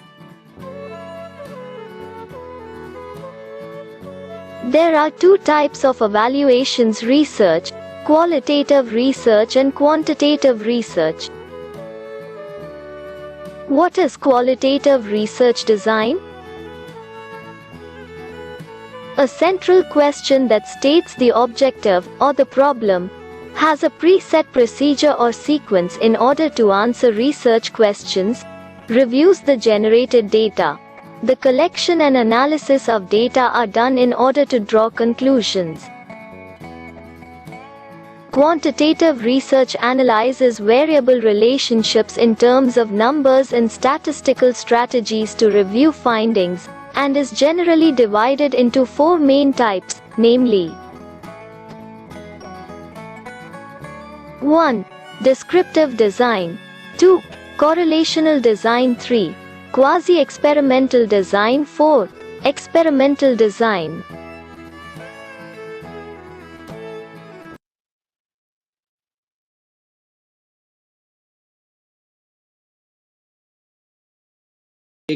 quantitative research វាមិនត្រឹមតែប៉ុណ្្នឹងទេអាស្រ័យទៅការ design របស់យើង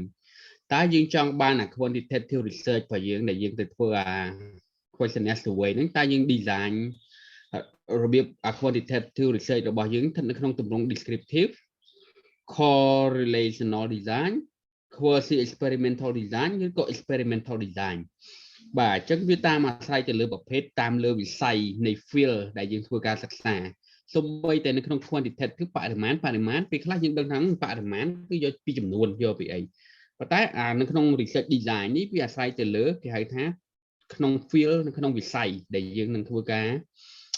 design នៃ research របស់យើងបែបបរិមាណហ្នឹងនៅក្នុងទម្រង់ណាទម្រង់បែប descriptive correlational quasi experimental ពាក់កណ្ដាលពិសោធន៍ឬមួយក៏យើងធ្វើ design quantitative ក្នុងកម្រិតពិសោធន៍ experimental បាទអញ្ចឹងនៅក្នុង experimental ឧទាហរណ៍វ៉ាក់សាំងនៃជំងឺ COVID-19 អញ្ចឹង scientist health scientist ទីទាំងអស់នៅលើពិភពលោកហ្នឹងដូចជារិចជាដើមហ្នឹងមិនឲ្យប្រើឲ្យធ្វើការពិសោធន៍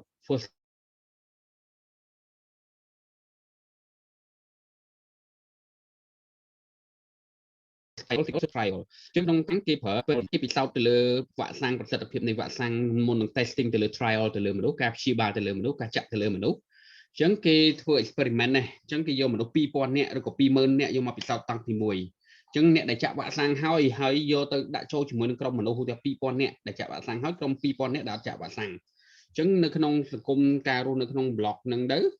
គេអាចឃើញថាអូអ្នកអត្រានៃការឆ្លងពេលអ្នកចាក់ហើយអ្នកអត់ចាក់អញ្ចឹងអ្នកអត់ចាក់ឆ្លងប្រមាណហើយអ្នកដែលចាក់ហើយមានប្រមាណដែលឆ្លង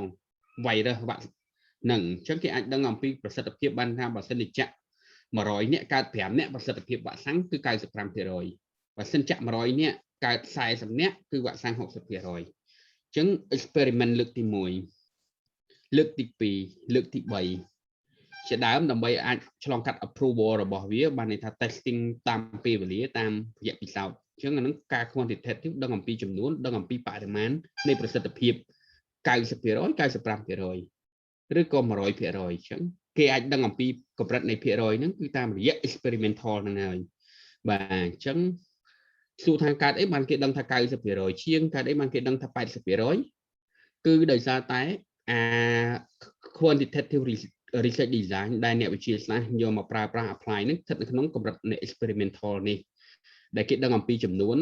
គេហៅថាអ្នកដែលយកដែល testing ទៅលើវ៉ាក់សាំងហ្នឹងបាទជាជំហានដំបូងមុននឹងគេប្រើថា mass population ការប្រើប្រាស់ជាទូទៅសម្រាប់មហាជនអញ្ចឹងគេត្រូវក្រុមស្ម័គ្រចិត្តដំបូងត្រូវការពិសោធន៍ឆ្នាំហ្នឹងសិនបាទប្រហែលអ្នកដែលព្រមចាក់មុនគេហ្នឹងហើយវាអត្រាឆ្លងយ៉ាងម៉េចបាទមកតង់មួយជំហានអញ្ចឹងណាបាទអញ្ចឹងនេះគេហៅថាទម្រង់នៃ design របស់ research ចឹងគ្រាន់តែអ្នកទាំងអស់គ្នាដឹងអំពីទម្រង់ហ្នឹងទេប៉ុន្តែនៅពេលដែលយើងអនុវត្តការងារប្រចាំថ្ងៃទៅ research ខ្លះយើងអត់ប្រើទាំងអស់ទេ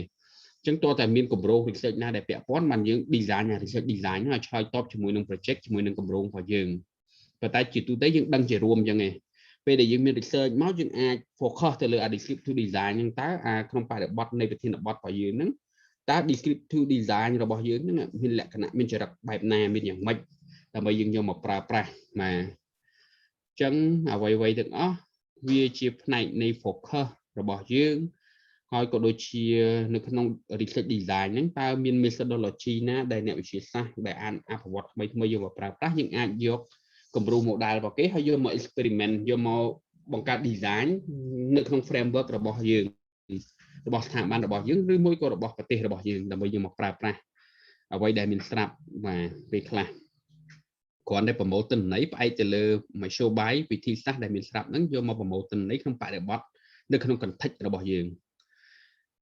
នេះគឺជាការស្រាវជ្រាវបាទនៅក្នុងការ design បាទចឹងយើង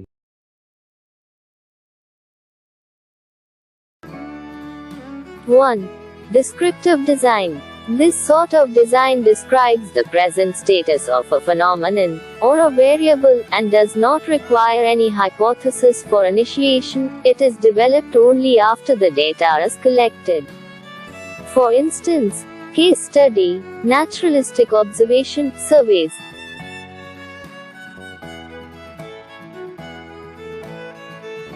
2. Correlational design. This sort of design utilizes statistical analysis in order to determine whether two variables are related or not, e.g., case control study, observational study.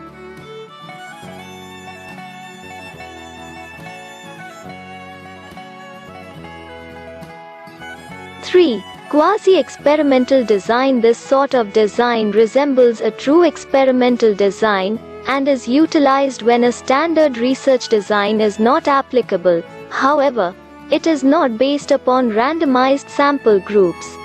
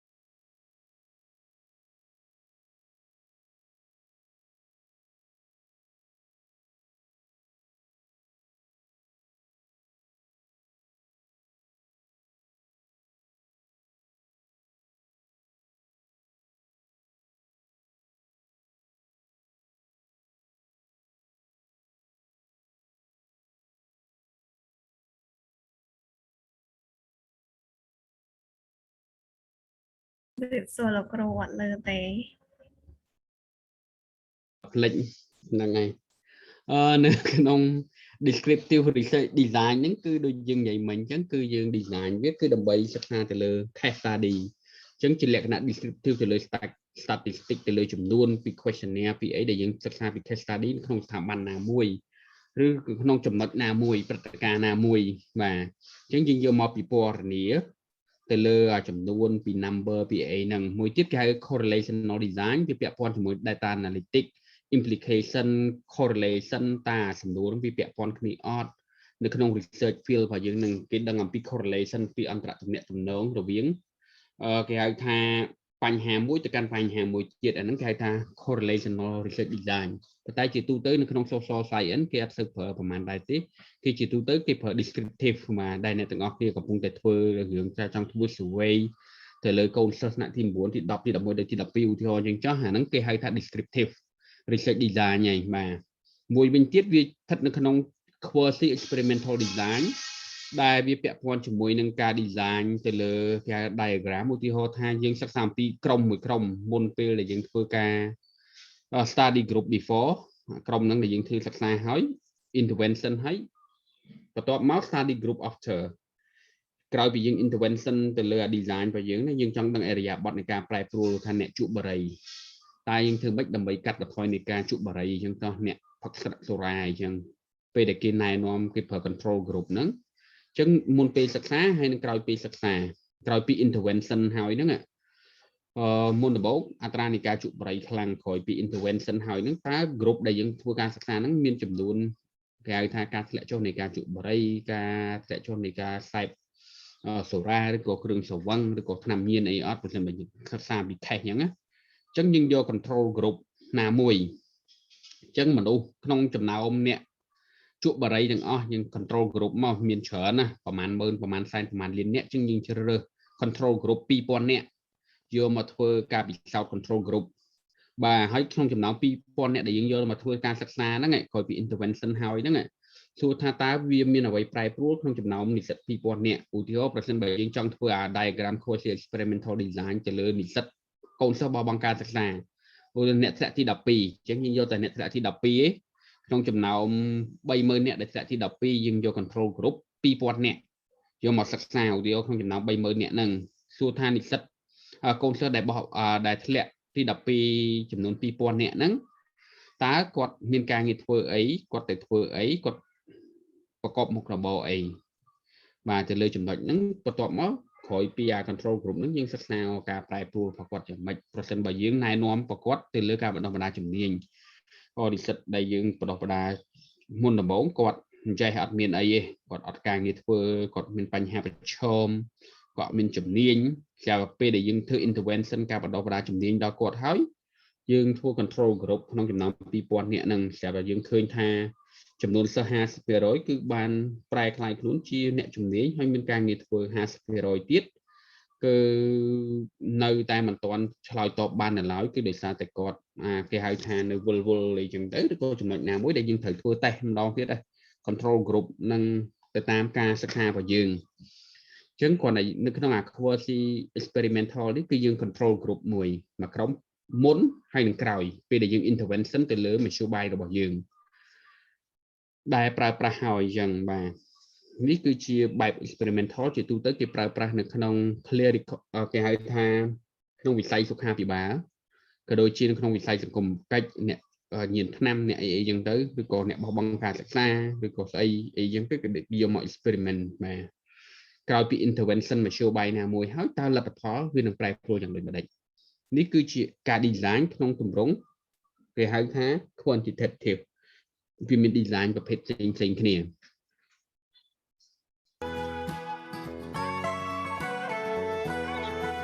4. Experimental design. This sort of design determines cause and effect relationships among various variables in such a way that the independent variable is changed in order to observe its effect on the dependent variable, e.g., experiment with random assignment.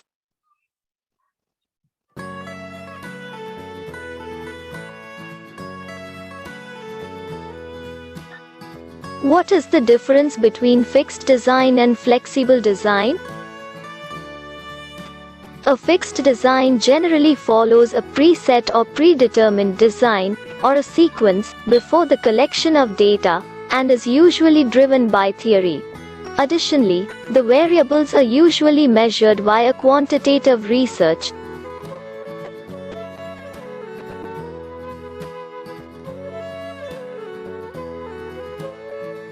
A flexible design, on the other hand, offers freedom when it comes to the collection of data.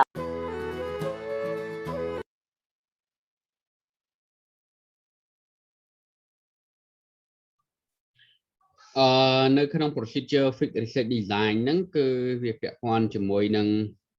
procedure ដែលយើងប្រមូលទិន្នន័យហ្នឹងគឺយើងកំណត់វាជា fix ហ្មងបាទគឺយើងកំណត់អំពីការបង្កើតគំនិតឬក៏ឧបករណ៍នៅក្នុងការប្រមូលទិន្នន័យឬក៏នីតិវិធីជាជំហានរបស់យើងធ្វើមួយ round 2 round គឺត្រូវឆ្លើយតបការ design របស់យើងហើយ sample ក្នុងការជ្រើសរើសគំរូនៃការវិភាគក៏ដូចគ្នាបានន័យថាយើងរើស target specific ឧទាហរណ៍យើងថា fix procedure design របស់យើងគឺយើងរើសនិស្សិតកូនសិស្សដែលធ្លាក់បាក់ឌុបឧទាហរណ៍ ចឹងបានន័យថាថ្នាក់ទី11ទីអីយើងអត់យកទេយើងយកតែអ្នកធ្លាក់បាក់ឌុបទេ procedure របស់យើងគឺអ្នកធ្លាក់បាក់ឌុបគឺវាច្បាស់យ៉ាងហ្មង fix យ៉ាងហ្មងមួយទៀតយើងអាចគេថា flexible តិចទៀតនេះមើលវីដេអូបន្តទៀត flexible បានន័យថាអ្នកដែលរៀនបាទក្រោមថ្នាក់ទី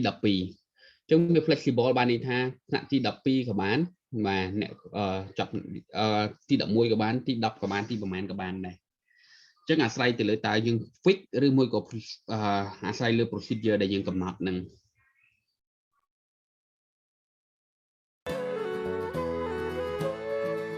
A flexible design, on the other hand, offers freedom when it comes to the collection of data. This is usually because the variable, in this case, is not measured quantitatively, for example, culture. In a few cases, the theory may not even be available before the actual research begins. How do you create a research design?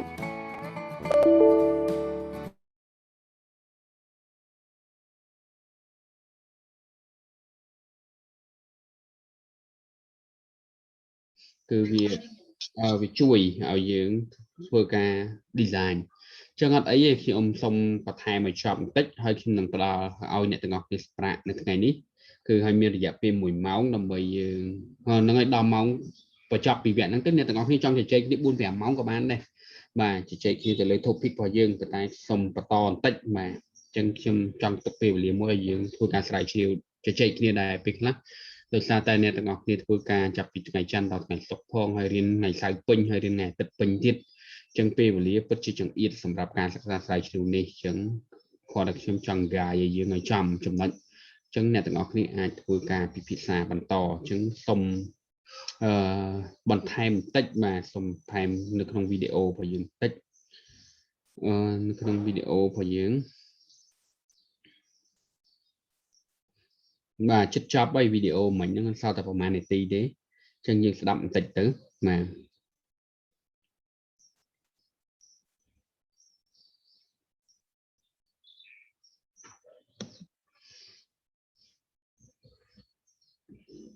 như việc chơi xe chân trắng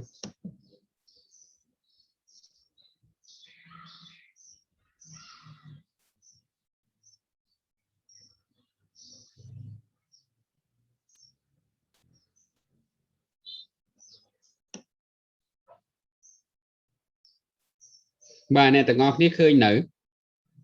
khơi nha lục ru khơi nha có nè chấn chăng bây giờ cái lại việc von những fix những flexible tịch ở mình nắng chân như bạn đang bị flex procedure không cả flexible design fix design nhưng bạn phải chịu vậy lấy nhưng đang làm bị flexible design mà đong. For example, culture. In a few cases, the theory may not even be available before the actual research begins.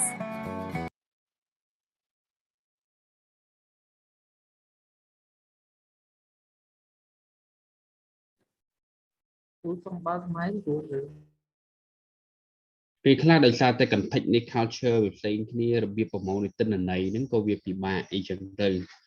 thì họ bánh hà môi chùm nuôi này chẳng từ riêng thời flexible đài việc là mà chẳng là flexible nó miên tầm rộng việc khác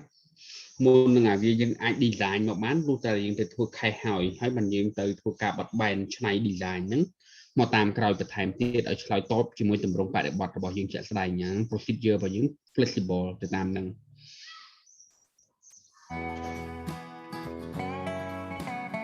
How do you create a research design? How do you create a research design? 1. Pinpoint your learning outcomes, objectives. 2. Pick out your research questions. 3. Develop a research design. 4. Choose a sampling framework. 5. Pick suitable methods of data collection. 6. Set up appropriate. 7. Identify proper data analysis techniques, tools. 8. Contemplate dissemination and publication of your findings. What is the difference between research design and approach? In research design, Research design is the overall framework, or outline, or structure of a research proposal, whereas a research approach incorporates various tools, techniques, procedures or processes utilized to collect or review data or information. What makes a good research design? Good research design is usually characterized by the following features. 1. A good research design ought to be flexible, effective, efficient, appropriate, reliable, economical too. A good research design ought to increase reliability and decrease bias of any data or information collected and reviewed. 3. Good research design must be less prone to an error whenever it comes to experiments and surveys.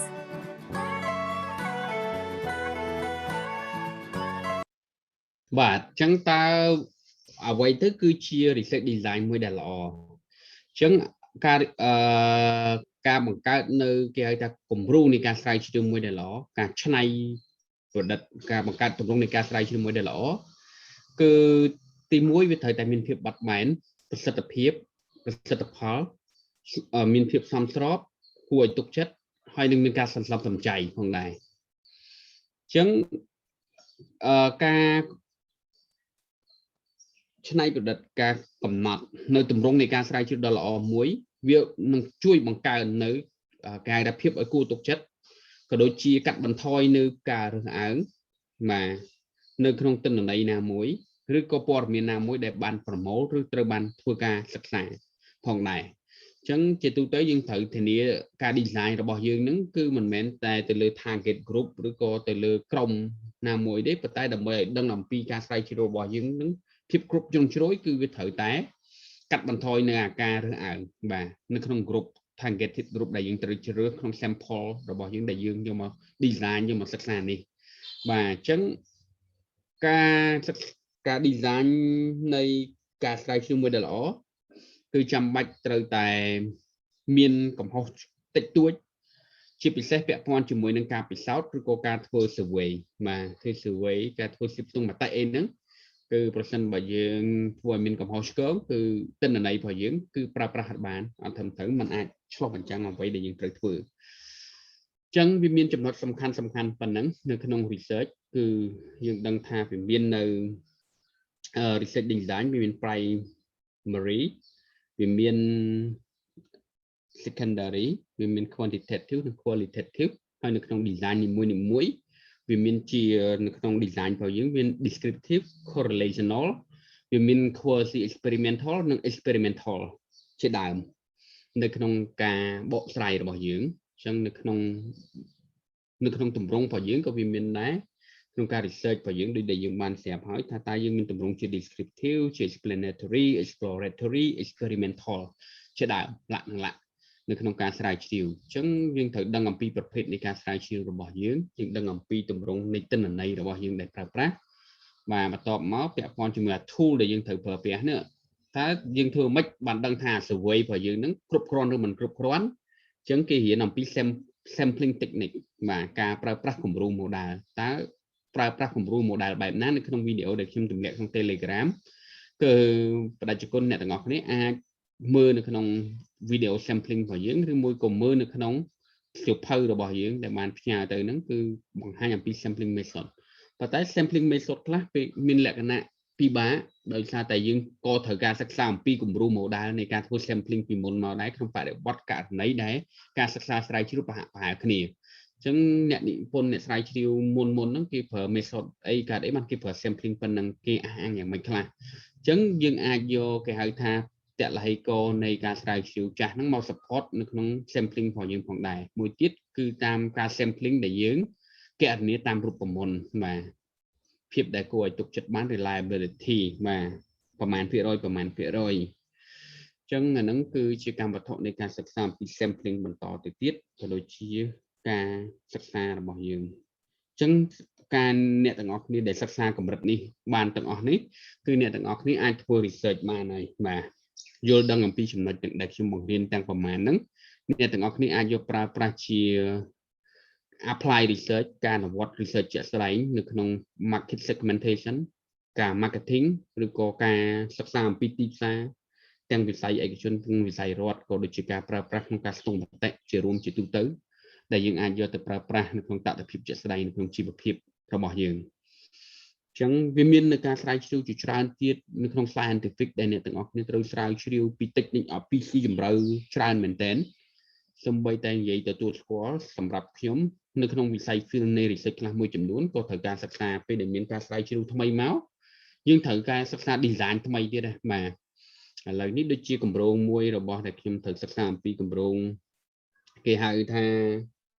កិច្ចព្រមព្រៀងពាណិជ្ជកម្មសេរីរវាងបណ្ដាប្រទេសអាស៊ានជាមួយនឹងហុងកុងជាមួយអីចឹងគឺ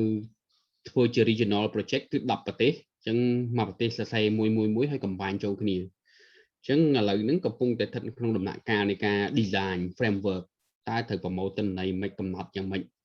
គឺ research គឺប្រែប្រួលជានិច្ចអញ្ចឹងយើង research រឿង COVID រឿង economic recovery ផ្សេងឥឡូវយើងរឿងអា e-commerce ផ្សេងហ្នឹងហើយវាផ្លាស់ប្ដូរផ្សេងយើងសិក្សាអំពីទីផ្សារកម្លាំងពលកម្មផ្សេងអញ្ចឹងការស្រាវជ្រាវវាអត់មានអ្វីដែលដដែលទេគឺរៀនរហូតគឺសិក្សារហូតបាទអញ្ចឹងជាចំណុចសំខាន់មួយចង់បញ្ជាក់ថានៅក្នុងវិស័យស្រាវជ្រាវគឺរៀនរហូតតែម្ដងប៉ុន្តែគ្រាន់តែវាមាន basic វាមាន tip វាមាននេះវាអញ្ចឹងប្រសិនបើយើងអត់រៀនរហូតទេយើងអត់ធ្វើការអ្វីដែលឆ្នៃថ្មីទេគេមិនហៅថា research ទេគឺ research គឺសំដៅទៅលើសិក្សាអ្វីដែលជា gap អ្វីដែលជាចំណុចចន្លោះបើមានស្រាប់ហើយគេអត់ធ្វើការសិក្សាស្រាវជ្រាវគាត់យកមកកែតម្រូវការមកវិភាគប៉ុន្តែពាក្យថា research គឺព្យាយាមស្វែងរកនៅការវិវត្តនៅអ្វីដែលថ្មីបាទអ្វីដែលប្លែកអ្វីដែលជាគម្លាត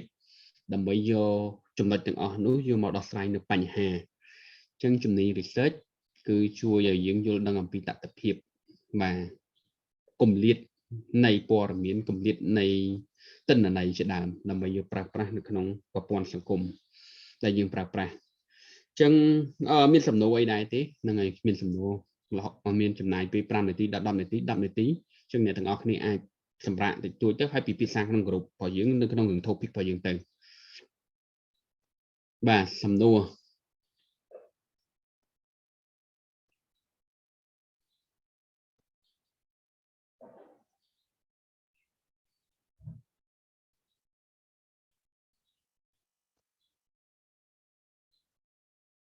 បាត់លោកគ្រូស៊ីវគឹមណាអស់ហើយលោកគ្រូស៊ីវគឹមអត់ដែរឃើញឥឡូវ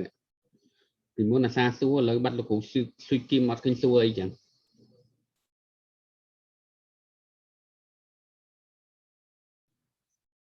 លោកគ្រូស៊ីវគឹម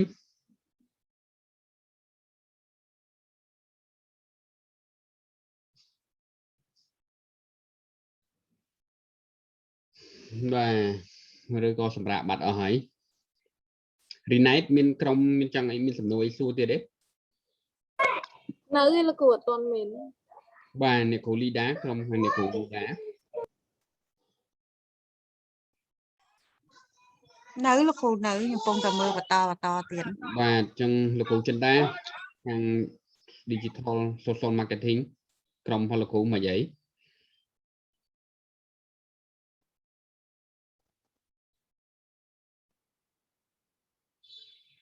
មកលោកគ្រូចិនដាហើយរវល់បាទគ្រូកំសាន្តបាទស្នាក់ខ្ញុំអត់ទាន់មានលោកគ្រូចឹងបាទជារួមលោកគ្រូចន្ទរាមិនទៅលោកគ្រូបាទ record អីថ្ងៃមុនសួរអត់ឃើញតែ record attendance តែសួរលោកគ្រូអត់ឃើញថ្ងៃមុននៅក្នុងថ្នាក់បាទគ្រូបាទអញ្ចឹងបាទអញ្ចឹងជាចំណុចសំខាន់នៅក្នុង research គឺបែបនេះហើយអ្នកទាំងអស់គ្នាអាចធ្វើទៅតាម flow ដែលខ្ញុំបានបញ្ចូលតាំងពីព្រឹកមកដូចជាពីសប្តាហ៍មុនអញ្ចឹងយើង redefine redesign វាទៅហើយសម្រាប់សប្តាហ៍ក្រោយគឺសប្តាហ៍ក្រោយយើងនឹងធ្វើ test មួយគឺ midterm របស់យើងគឺអ្នកទាំងអស់គ្នាត្រូវយល់ដឹងអំពីគេហៅថា type of research បាទយល់ដឹងអំពី what is research methodology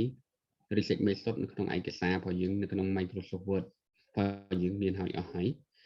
មើលទាំងអស់ហ្នឹងហើយអ្វីដែលយើងបានរៀន primary research secondary research primary data secondary data qualitative quantitative research design ប៉ុណ្ណឹងចំណុចទាំងអស់នេះពេលដែលយើងយល់គឺពិតជាល្អមែនតើគឺសម្រាប់ជួយទៅដល់